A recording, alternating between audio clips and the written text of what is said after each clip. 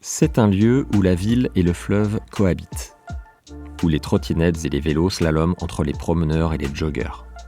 Un endroit qui offre une vraie respiration, même avec le bruit de la route, jamais très loin. Un endroit où, dès que les premiers rayons du soleil annoncent le printemps, on vient flâner, discuter, pique-niquer. Et parfois, tout simplement, lire. Aujourd'hui, direction les quais. J'ai d'abord vu un cormoran plonger, aller pêcher. Des gens qui étaient jeunes, qui bouquinent, qui discutent, des gens très habillés, des gens déshabillés, des gens qui ont chaud, qui ont froid, des gens qui pédalent vite, pas vite, enfin bon, plein de choses. La vie quoi. J'arrive pas à lire chez moi parce qu'il y a trop de tentations avec les écrans. Donc c'est un moment pour moi pour m'évader et pour me calmer. Là, je viens juste de finir, il y a quelques jours, mon bouquin que j'écris. Et donc, du coup, je me suis remise à lire parce que faire les deux en même temps, c'est un peu compliqué aussi. Bonjour à toutes et tous et bienvenue dans ce 6e épisode de Livres comme l'air. Vous le savez, j'enregistre la plupart des épisodes à Lyon. Et ici, on a la chance d'avoir les berges du Rhône, qui sont devenues au fil du temps un vrai lieu de vie. Des quais où j'ai pas eu besoin de chercher bien longtemps pour croiser des lecteurs et des lectrices. Comme Catherine, par exemple, ma première rencontre de la journée, installée au soleil, à quelques encablures de la piste cyclable.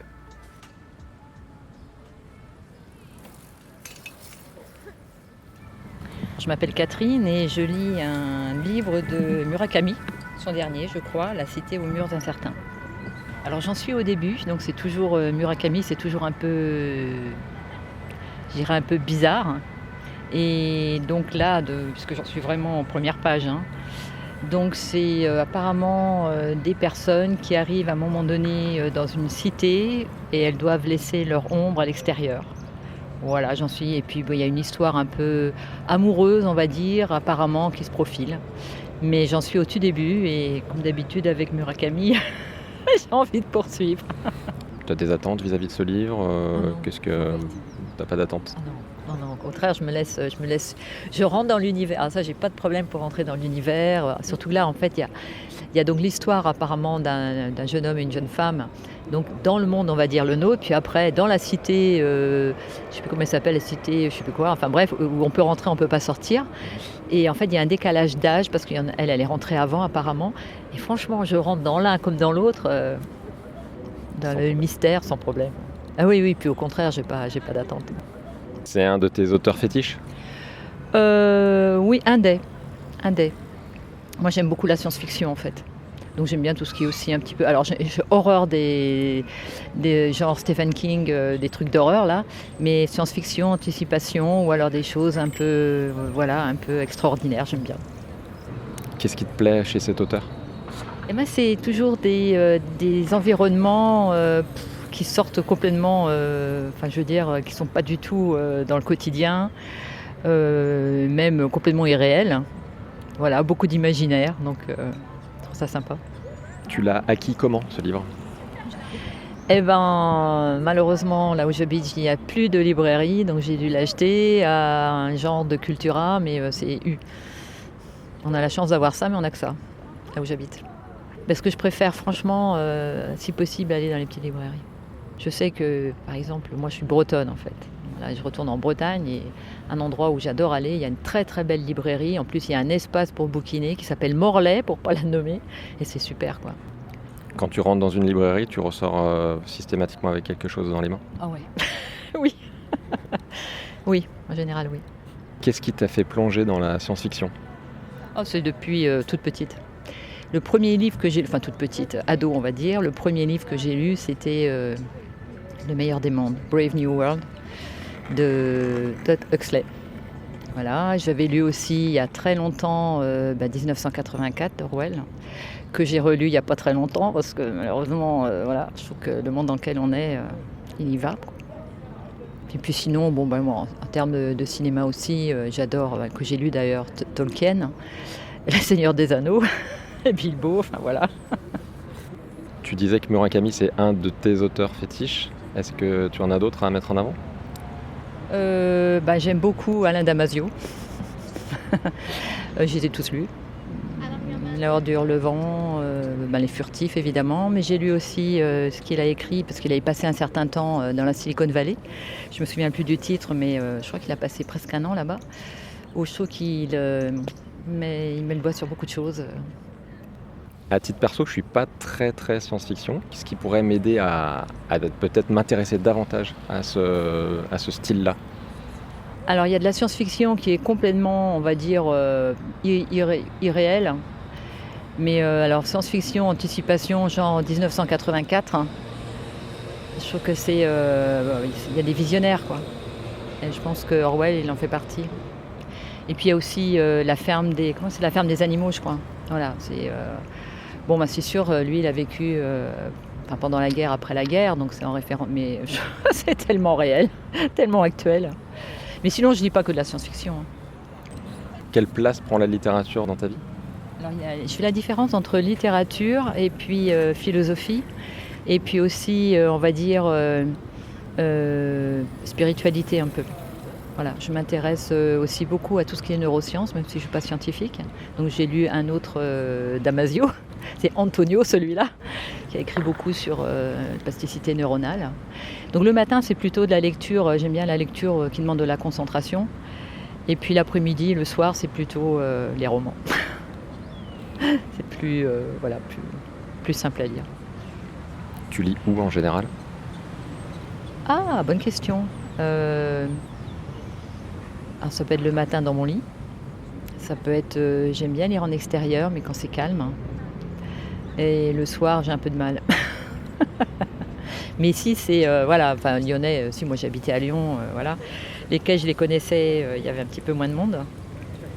Mais je trouve ça sympa aussi d'être au bord du fleuve pour lire.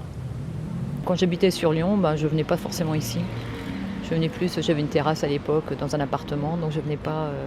J'aime bien aussi alors observer tout ce qui se passe. Qu'est-ce que tu as observé depuis tout à l'heure d'intéressant? Beaucoup de choses, hein. J'ai d'abord vu un cormoran plonger, aller pêcher.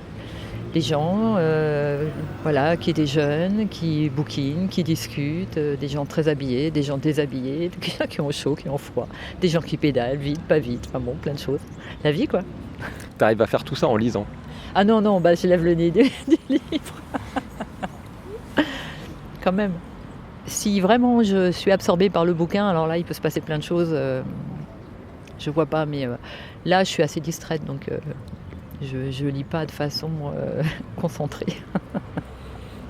Est-ce que tu as un souvenir particulier d'une lecture qui t'a marqué? Je pense qu'il y en a plusieurs, hein. Je pense, Bobin par exemple, des phrases de Bobin, du genre on reconnaît le bonheur au bruit qu'il fait en partant. Voilà, je pense à ça qui me vient comme ça. D'ailleurs, j'aime bien mettre des post-it, j'aime bien stabiloter, voilà. Et quel que soit que ce soit un roman, que ce soit plus des réflexions même de journalistes. Mais il n'y a pas un livre fétiche, chevet que j'ai au bord de mon lit, non.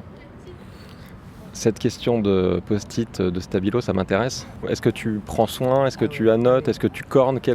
Comment tu traites tes livres?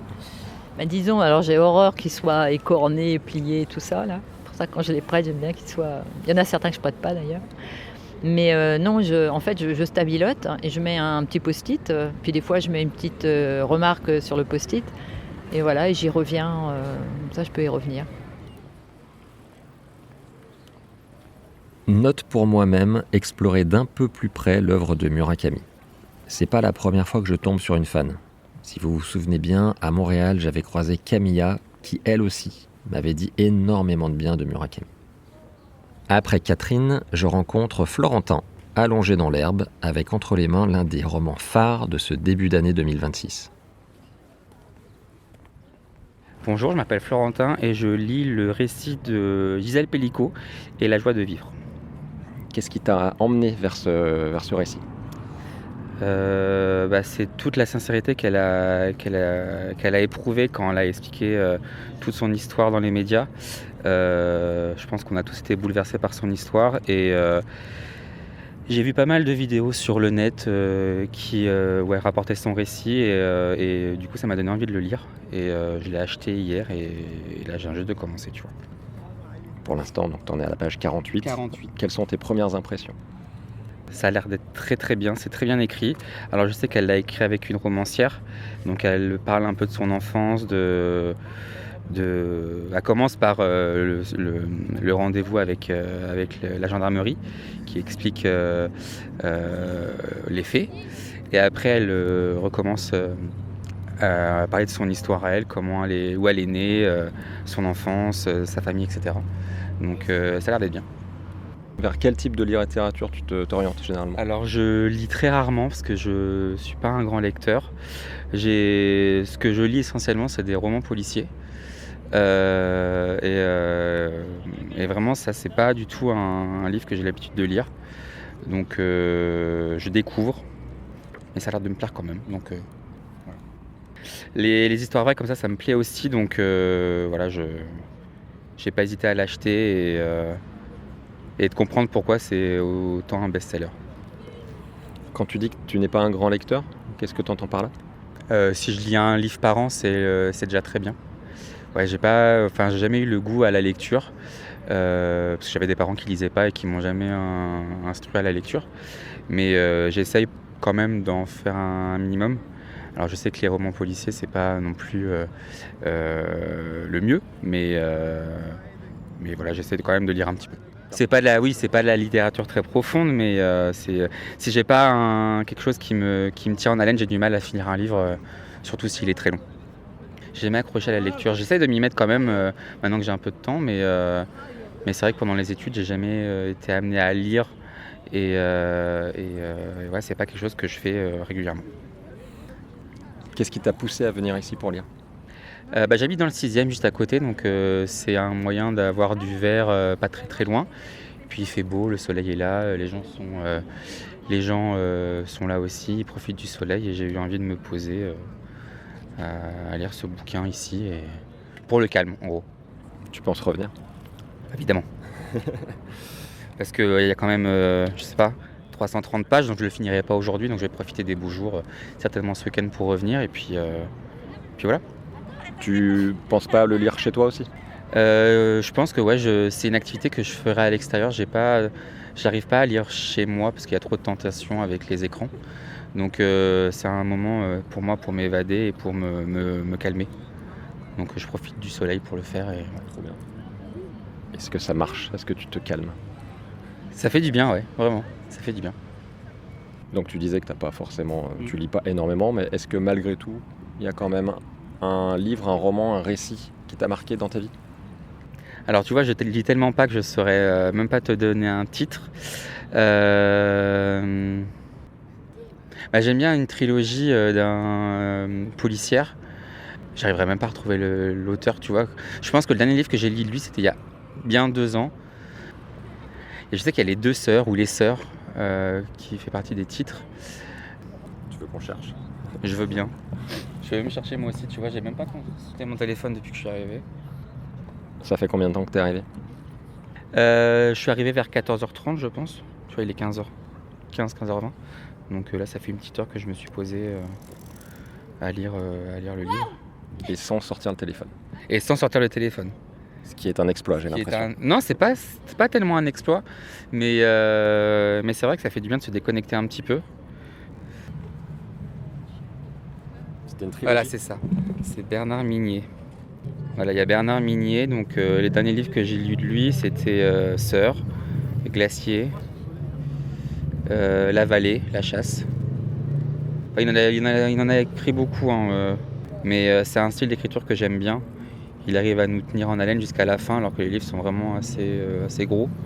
Donc voilà, lui qui m'a vraiment marqué, c'était Glacé et Les Sœurs. Ouais. Et qu'est-ce qui fait que quelqu'un comme toi qui lit peu arrive à accrocher sur des livres aussi imposants? C'est vraiment l'intrigue, la façon dont c'est écrit. Même si je transpose ça au film, je vois essentiellement des séries ou des films, des thrillers. Et s'il n'y a pas quelque chose qui me tient en haleine jusqu'à la fin, j'ai du mal à aller jusqu'au bout. Et je me lasse et c'est vrai que ces livres-là, ces livres romans policiers sont très bien écrits parce que ça échange entre l'histoire et l'enquête. Donc c'est un style que j'aime bien. Et là, c'est un peu le même style avec le livre de Gisèle Pellicot. Tu vois, j'ai lu 5 paragraphes. Il y a 2 paragraphes qui racontent la vie actuelle et l'enquête. Et il y a deux paragraphes, pas des paragraphes, des chapitres, pardon. Il y a 2 chapitres qui racontent son histoire à elle et 2 chapitres qui racontent comment elle a vécu l'histoire, la découverte, etc. et l'enquête. Donc de passer de l'un à l'autre, c'est ça aussi qui me tient en haleine. Et je pense que ça va être très très bien. Tu vas rester jusqu'à quand aussi? Je pense jusqu'à 18h, parce qu'après il faut que j'aille chercher un bouquet de fleurs avant que ça ferme. Donc je pense vers 18h, je pense que j'ai le temps de bien avancer, de lire la moitié, je pense. Bon, alors moi, j'ai pas de bouquet de fleurs à aller chercher, donc je continue de remonter les quais. Avant d'enchaîner sur la 3e interview, il faut qu'on parle. J'ai un message à vous faire passer qui tient en une phrase. J'ai besoin de vous pour donner de la force au podcast. Alors comment on fait ? Vous pouvez déjà commencer par en parler autour de vous. À votre tante Christine par exemple, qui a des étoiles dans les yeux quand on lui parle de Valérie Perrin.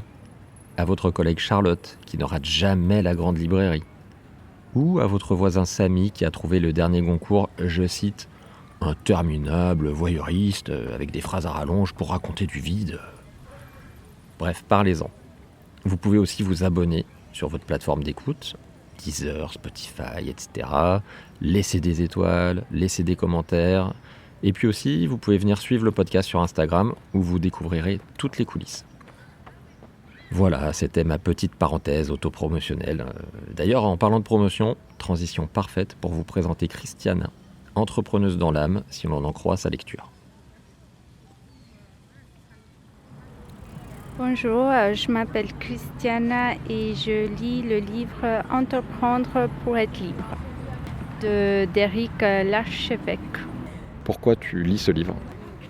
Pour entreprendre, voilà, c'est ça. J'ai un projet que je l'ai lancé, ça fait un moment, et du coup, pour apprendre comment ça fonctionne le business, quoi. Voilà. J'aime bien lire beaucoup de livres concernant le business pour savoir plus. Pour l'instant, c'est ça qui m'intéresse le plus en fait. Après, dans les livres, il y a des histoires aussi. C'est pas simplement que de business, quoi. Et pour l'instant, oui. Qu'est-ce que tu as appris pour l'instant dans ce livre ? Qu'est-ce que tu en retiens ? Je me trouve un peu dans ces histoires en fait et les pensées aussi. Bon, j'ai beaucoup des idées quoi, et du coup je me suis dit est-ce que c'est que moi qui pense comme ça ou il y a d'autres, et du coup non, mais en fait il y a beaucoup de gens qui ont toujours des idées de business et tout ça quoi. Là on est sur les berges du Rhône. Qu'est-ce qui t'a amené ici ? Pourquoi tu es venu aujourd'hui lire ici ? C'était mon frère tout à l'heure là qui m'a dit qu'on va se voir ici. Après il est parti et du coup je me suis dit je vais profiter du soleil et je vais lire mon livre. Là, hier et avant-hier j'étais dans l'autre côté et aujourd'hui là. Voilà, je change un peu. C'est différent en fait de ce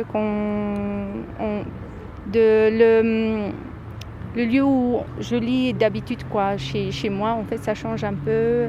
Mais après, la concentration, c'est toujours dans le livre, quoi. On entend pas mal de bruit, les pompiers, les discussions autour de nous. T'arrives quand même bien à te concentrer ? Si, ça va. Après, même chez moi, il y a toujours un peu des bruits, mais non, ça va.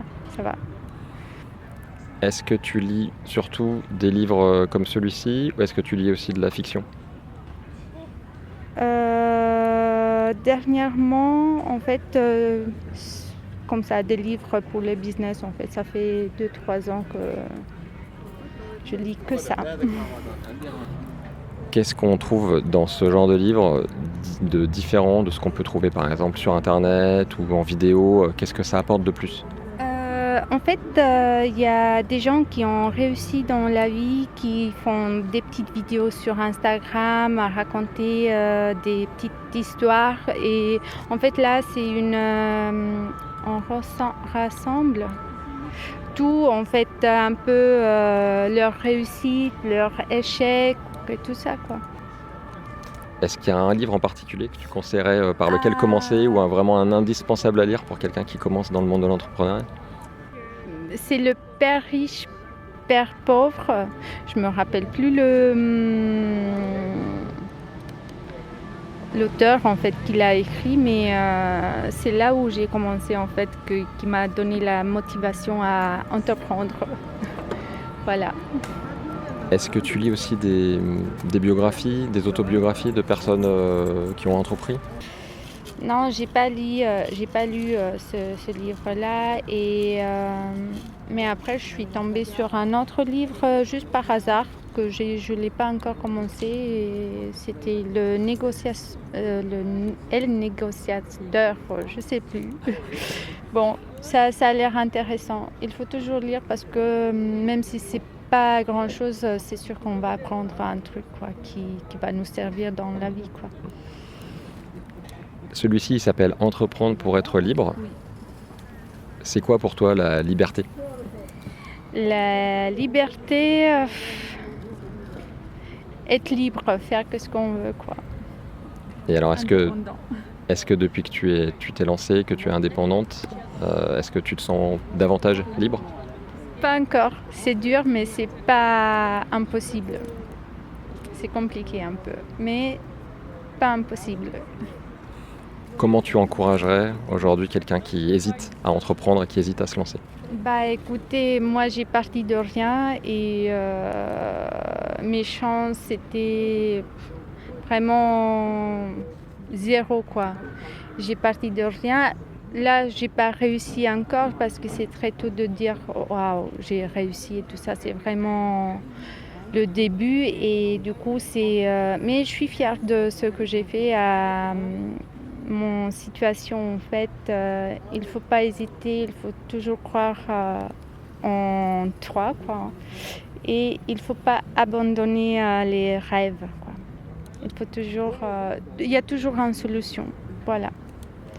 Si moi j'ai fait ça étrangère sans connaissance, sans rien, sans connaître quelqu'un en fait, personne ici, pourquoi pas les Français en fait qui ont plus de chances de réussir. Je sais pas si je peux vraiment vous dire ce genre de truc, mais bon, tant pis, allez, je vous le dis quand même. Ma prochaine rencontre, celle qui arrive là maintenant, elle fait vraiment partie de mes coups de cœur depuis que j'ai lancé le podcast. Un échange autour de grands classiques de la littérature avec quelqu'un de jovial, affable et franchement drôle. Je vous présente Marin. Je m'appelle Marin et actuellement je lis La guerre et la paix de Tolstoï. Un gros morceau. Un sacré morceau, ouais, effectivement, je me lance à l'aventure. Pourquoi tu as choisi ce livre? Pour une série de podcasts que j'ai écoutés sur la Russie, qui m'a amené à lire des auteurs russes. J'ai commencé par Dostoïevski, mais c'était un peu trop lourd pour moi. Et on m'a conseillé d'aller vers Tolstoï. Et donc j'ai lu des nouvelles de Tolstoï. Et pareil, j'ai par exemple beaucoup aimé La mort d'Ivan Ilitch. Et puis ça m'a amené vers La guerre et la paix, qui était le gros morceau de Tolstoï. Et effectivement, c'est beaucoup plus simple de lire Tolstoï que de lire Dostoïevski pour l'instant pour moi. Mais je me dis qu'à force de lire des livres, je finirai par apprécier Dostoïevski. Il aura sa chance. Je promets, il aura sa chance. Il te remerciera.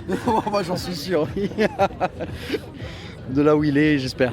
C'est un grand mérite quand même. Je lis Dostoïevski, je ne suis pas n'importe qui, je suis marin. Voilà. Et je lis Dostoïevski au bord du Rhône. C'est quelque chose. Tu te lances dans un cycle autour de la Russie? Oui, dans un cycle autour de la Russie globalement, c'est-à-dire même en termes d'histoire de la Russie, d'histoire passée, puis d'histoire politique actuelle, d'histoire démographique aussi. Je pense que c'est évidemment l'actualité qui m'a amené à me renseigner. Et donc je me dis que pour bien comprendre une culture, il faut aussi se lancer dans la lecture et d'autres formes d'art. Mais le plus accessible en France pour l'art, pour la partie russe, c'est quand même la lecture. Donc oui, c'est un début. On verra où ça mènera. Mais c'est vrai que ma culture russe est très très limitée. Donc je commence par ce que je connais. Est-ce qu'après Tolstoï, quand tu auras fini les 1000 pages, est-ce que tu sais déjà ce que tu vas lire ensuite ? Pas du tout. Alors j'ai aussi lancé une aventure de lire les grands classiques de la littérature française que je ne connais pas, puisque disons qu'au collège et au lycée, je n'étais pas le plus assidu. Et je me suis rendu compte qu'il me manquait cette lecture-là et que j'en parle. Parfois on en parle très facilement et en fait on ne les a même pas lus. Donc on a des références sans les avoir lus. Donc j'ai quand même pour projet, après Tolstoï, de me dire tiens, un nouveau gros morceau, Les Misérables de Victor Hugo. Que je n'ai lu qu'en résumé, je pense même que c'est un résumé du résumé, parce qu'il y a 3 tomes il me semble, et moi j'ai lu un livre de 300 pages, quelque chose comme ça, donc l'idée c'est de se lancer là-dessus, mais je lis toujours quelque chose à côté.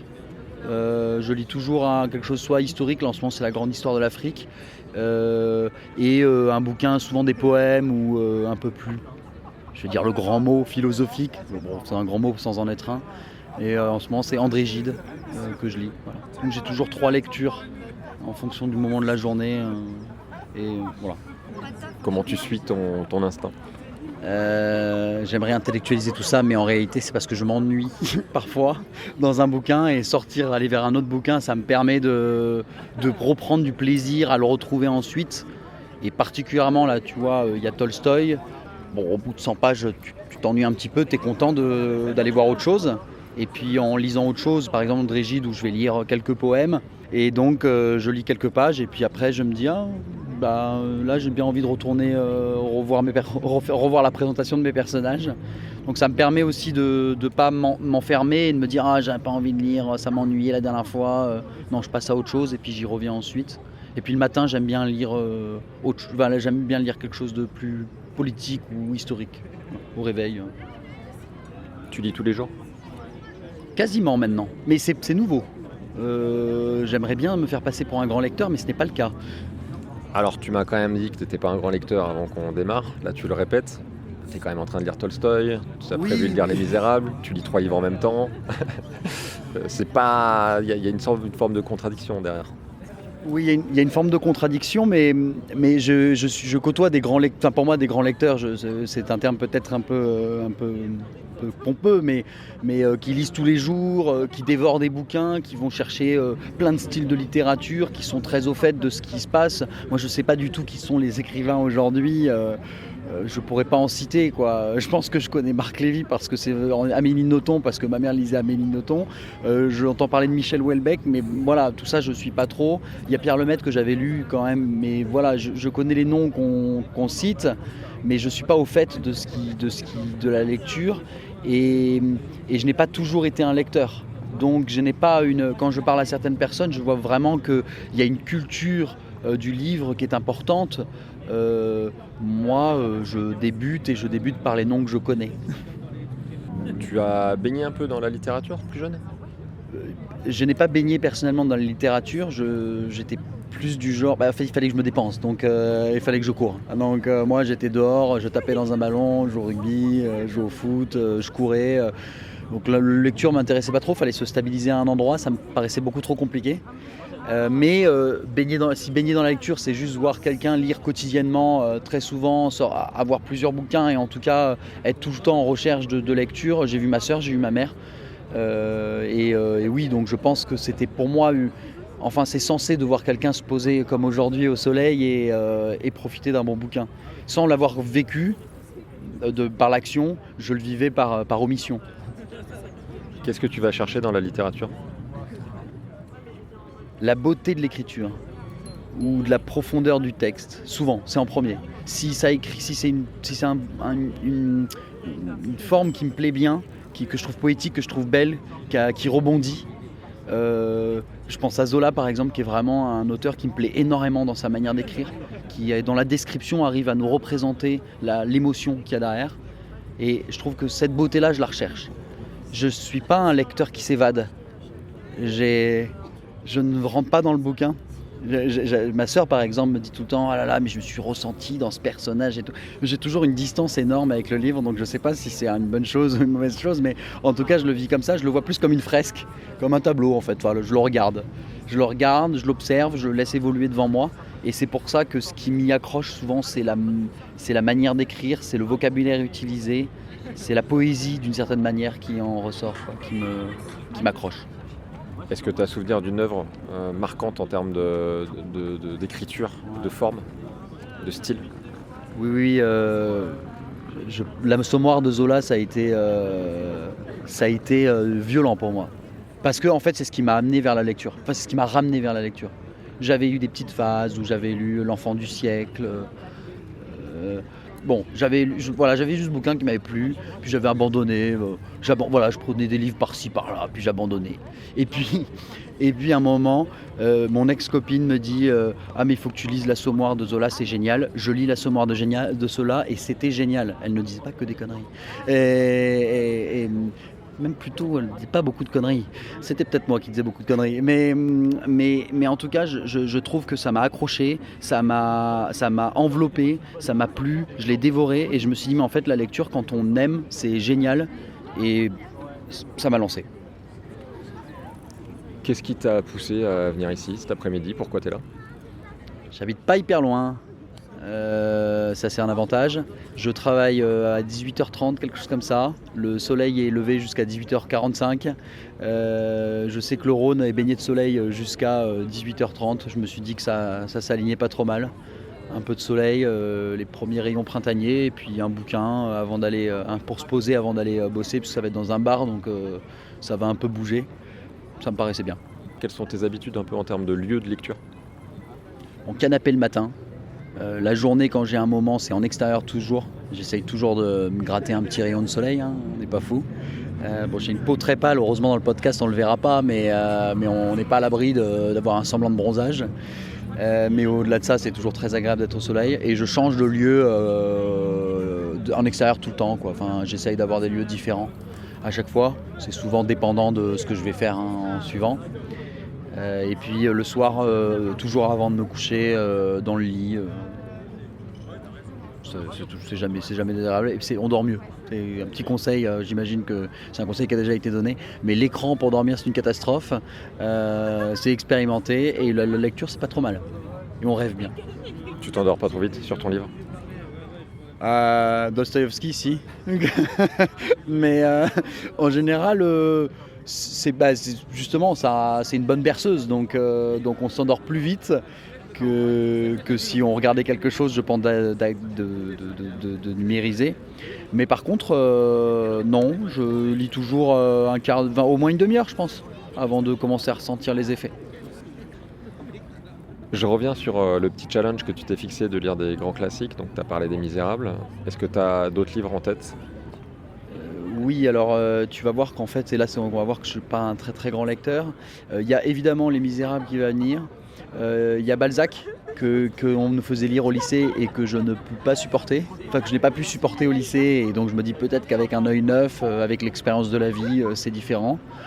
Et puis j'ai essayé, sous les conseils très appuyés de ma sœur, de lire Dumas. Et non, définitivement, ce n'est pas pour moi. Dumas, je ne suis pas du tout fan. Ça me prend pas. Bon, bah, voilà.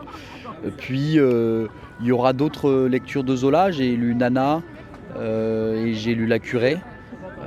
Il faudra lire Germinal à un moment donné. Voilà. Et puis, les noms ne viendront pas comme ça immédiatement.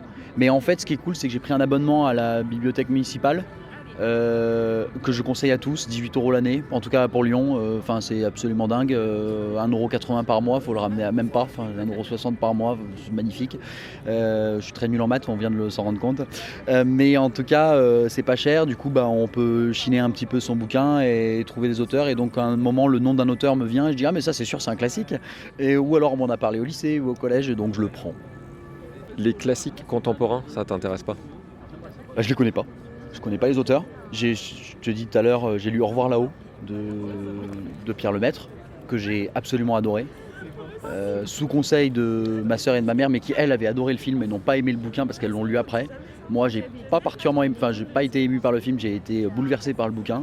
Mais c'est peut-être le seul classique que je pourrais te citer là, à l'heure actuelle. Tu me donneras des noms, je ferai peut-être oh ouais, mais ça s'arrêtera là. Donc c'est toujours, je pense que ce qui est intéressant aussi, c'est que on va me parler d'un nom et puis je vais aller regarder. Et peut-être que je passerai à côté de certains classiques et peut-être que j'en découvrirai d'autres qui ne sont pas des classiques et qui seront très bien quand même.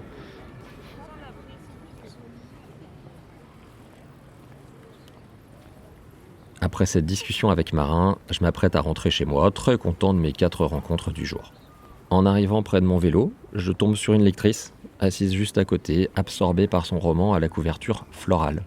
On termine donc cette journée avec Émilie et sa passion pour les romances un peu épicées. Salut, donc je m'appelle Émilie et je lis principalement de la romance. Donc là en ce moment je suis pas mal dans la dark romance et sinon j'ai lu énormément de livres un peu à la Bridgerton, l'époque un peu 1800, voilà avec toujours de la romance quoi. Comment t'es tombée dans la romance ? J'ai toujours lu un peu ce genre de livres. Genre au collège c'était les cœurs grenadines, les trucs très ados. Et après au fur et à mesure je suis partie un peu plus dans le jeune adulte et du coup dans le côté aussi un peu érotique. Voilà. J'y connais rien en romance. Tu peux m'expliquer un peu plus précisément les différents courants ? Après je connais pas très bien tous les termes et tout ça. C'est plus au feeling ou les amis qui vont me conseiller des bouquins. Après moi dans ce que je lis par exemple dark romance ça va beaucoup être des gars clairement red flag ou dans la vie on voudrait pas forcément être avec ce genre de mec mais dans la fiction il y a un côté assez dangereux, mystérieux et du coup un peu excitant. Ça va être un peu plus cru, c'est pas vraiment dans le romantique fleur bleue. Et après pour dire vraiment sur les 2 catégories que je lis le plus, ce qui est plus côté Bridgerton, là ça va être beaucoup plus doux. Mais ce qui est sympa c'est l'époque qui fait que chaque petit rapprochement c'est un peu interdit donc c'est assez sympa. Là, le livre que tu es en train de lire, tu peux nous en dire un petit peu plus sur lui ? Je viens de le démarrer aujourd'hui et c'est une amie qui me l'a offert pour mon anniversaire. Donc c'est plus dans le délire Bridgerton pour le coup. Ça s'appelle comment ? C'est Emerly de Marina M.L. Donc je connaissais pas du tout au départ. Et après moi j'aime beaucoup les Enemy to Lovers. Donc là du coup le début d'histoire c'est que à l'époque un peu 1800. La reine a demandé à des 2 femmes du peuple de se marier en gros avec des nobles. Et du coup, le mec qui est un noble est complètement réfractaire à cette idée. Et donc du coup, là, ils sont... c'est le tout début, donc en gros, ils se détestent, quoi. Voilà. Est-ce que tu étais contente de ce cadeau de ton ami ? Ouais, j'étais contente. C'était une belle intention, parce que c'est vrai que les livres, on pense pas forcément à en offrir. Donc ouais, j'étais contente et puis là ça me fait découvrir une nouvelle autrice et une nouvelle histoire. Je connaissais pas du tout le bouquin donc hâte de savoir comment ça va finir. Toi tu offres des livres à tes amis ? Rarement, j'ai pas beaucoup de lecteurs au final autour de moi. Ouais. J'en ai quelques-unes et dont cette amie où on a nos anniversaires assez rapprochés et elle est encore plus fan de Bridgerton que moi. Donc je lui avais offert les tomes 1 et 2 en livre de la série. Quels sont les échanges que tu as avec elle autour de la lecture ? On en parle pas mal. Après, elle va plus être dans la romance plus douce, on va dire. Le dark, un peu moins. Mais on va, quand on a fini un bouquin qu'on a aimé, on s'est déjà prêté nos bouquins. Ou là, récemment, j'ai acheté un livre qu'elle m'avait conseillé. Donc c'est Perfect Match. Donc je ne l'ai pas encore lu, mais du coup, ouais, on se donne pas mal de conseils comme ça. Comment tu choisis en général les livres ? J'aime bien aller, c'est un peu au supermarché, dans la section des bouquins, et après je regarde ce qui vient de sortir. Donc après ça va vraiment être la 4e de couverture. Et sinon c'est pas mal au niveau des réseaux sociaux. Donc je suis abonnée à principalement tout ce qui est Hugo Romance, c'est plus mon genre. Et du coup je vois un peu les sorties de la semaine, etc. Ils font les promos. Ou alors les influenceuses lecture, et du coup après je vais aller regarder sur internet, souvent c'est Booknote, j'aime bien, où du coup je vois le synopsis, je vois un peu le genre de bouquin que c'est, les avis, et en fonction je screen ou pas pour aller l'acheter après. Et en général, ça match bien. Tu es satisfaite des recommandations que tu as vues sur internet? Ça dépend, il y a des fois où vraiment je m'attendais à rien. Là j'en ai fini un il n'y a pas très longtemps, c'est Inside Mac. Et je m'attendais vraiment à rien, c'était une influenceuse qui en parlait comme ça. Et j'ai vraiment adoré. Donc là j'ai hâte d'avoir le tome 2 qui sort en avril, donc je dois attendre, c'est frustrant. Ouais, c'est bientôt. Mais j'avais hâte de l'acheter. Et après, il y en a d'autres où c'est un peu moins bien. Souvent c'est quand c'est un peu trop adolescent. Et ça des fois sur la 4e de couverture on le voit pas forcément. Donc là je suis un peu moins prise dans l'histoire. Après j'aime pas ne pas terminer un bouquin, donc je le finis toujours. Mais c'est déjà arrivé où j'ai pas forcément acheté le tome 2 quand il y en avait un, ouais. Est-ce que tu prêtes tes livres? C'est déjà arrivé, mais je le fais rarement, j'ai toujours peur qu'on me les rende pas. Donc j'y tiens. Et même le côté papier, du coup j'aime bien avoir ma bibliothèque avec les bouquins que j'ai lus, etc. Il y a même des livres que j'ai lus sur ma tablette, en PDF. Et je les ai tellement adorés que je les ai achetés en papier, sans même les lire, du coup, puisque je les avais déjà lus, mais au moins je les ai physiquement. Après, tous mes bouquins un peu plus ados, je les ai laissés chez mes parents, pour pas que ça prenne trop de place. Mais j'en ai quand même pas mal. J'ai une étagère, en fait, et c'est que ça. Et ils sont rangés comment? Je les ai rangés. Il y a une étagère où c'est vraiment tout ce qui est 1800. Et en plus, c'est quasiment tout le temps la même autrice. C'est Louisa James, il me semble que c'est ça. Donc du coup, là, c'est vraiment toute une étagère que pour elle. Et après, ça va être à peu près en genre. Donc ce qui va être un peu plus contemporain ensemble, la dark romance ensemble. Voilà. Est-ce que tu sais déjà le prochain livre que tu vas lire? Inside Mac, tome 2. J'attends ça avec impatience. Donc ouais, ça va être celui-là le prochain. Puis du coup, ça sera après celui-là, le temps que je finisse. Parce que j'aime pas trop lire 2 bouquins en même temps. Sinon, ça mélange un peu les histoires. Je préfère rester focus sur un. Tu lis beaucoup? Tu lis combien de livres par an? Tu saurais dire? Alors par an, je sais pas, je dirais une bonne dizaine, parce qu'après je lis plutôt quand je suis en voyage, en week-end, donc au quotidien un peu moins, et après j'écris. Donc du coup là je viens juste de finir il y a quelques jours mon bouquin que j'écris, et donc du coup je me suis remise à lire, parce que faire les deux en même temps c'est un peu compliqué aussi. Bravo. De quoi ça parle? C'est de la romance aussi? Oui, c'est de la romance. Et du coup, un peu plus dans le dark romance. Et ça se rapproche un peu du bouquin Hadès et Perséphone. Sauf que là, du coup, je l'ai mis un mixte de les dieux olympiens, donc qui existent toujours, et qui sont là, qui existent, et les chrétiens qui ont pris aussi leur place. Et du coup, dans la Bible, Asmodée, c'est le frère de Lucifer, et c'est un garçon, mais là, je l'ai mis en fille. Et en gros, Asmodée veut voler quelque chose à Hadès, et elle se retrouve dans son royaume, et il y a une romance qui se crée. Voilà. Combien de temps ça t'a pris, l'écriture du roman? J'étais quand même à fond dedans, donc j'ai passé beaucoup de temps. Mais ça m'a pris à peu près 1 an, mais il y a 400 pages, donc c'est assez gros. Toi qui as écrit un roman en 1 an, t'as peut-être des conseils intéressants à partager? Après je suis pas experte, c'est mon tout premier. Mais non, faut se lancer. Après c'est quand il y a une idée dans la tête, la concrétiser. Et puis après moi je l'ai fait un peu au feeling, parce que j'avais cette idée là qui restait vraiment dans ma tête, et Et du coup, je me suis dit, il faut concrétiser l'histoire, quoi. Et je pensais même pas forcément faire un bouquin, en fait, à la base. C'était plus, je créais des scènes que j'avais dans ma tête. Et en fait, au fur et à mesure, j'ai relié le tout. Et puis voilà. Mais ouais, se lancer. Puis au pire, ça peut prendre plus d'1 an, ça peut prendre une vie. Et puis, on fait les modifs. Et puis voilà, jusqu'à ce qu'on soit satisfait. Qu'est-ce qui t'a amené ici? Pourquoi t'es venu aujourd'hui spécifiquement? Je viens d'arriver à Lyon ce matin parce que je suis du Nord, moi à la base, je suis de Lille.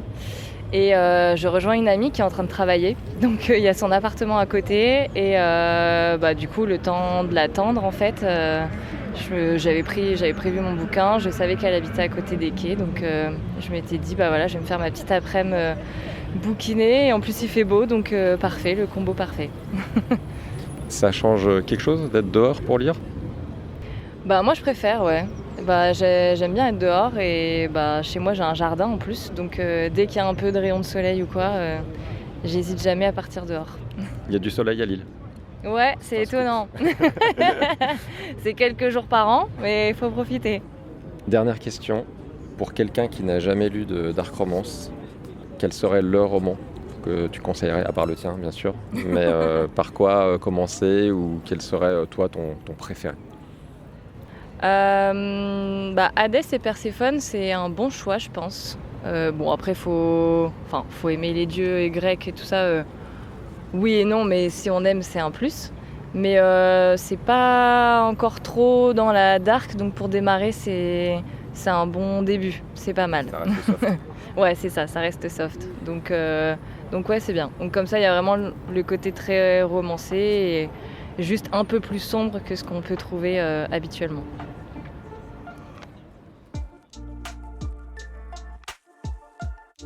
C'est la fin de ce 6e épisode de Livres comme l'air. J'espère que cette fois encore, il vous aura donné envie de lire et surtout plein d'idées pour vos prochaines lectures.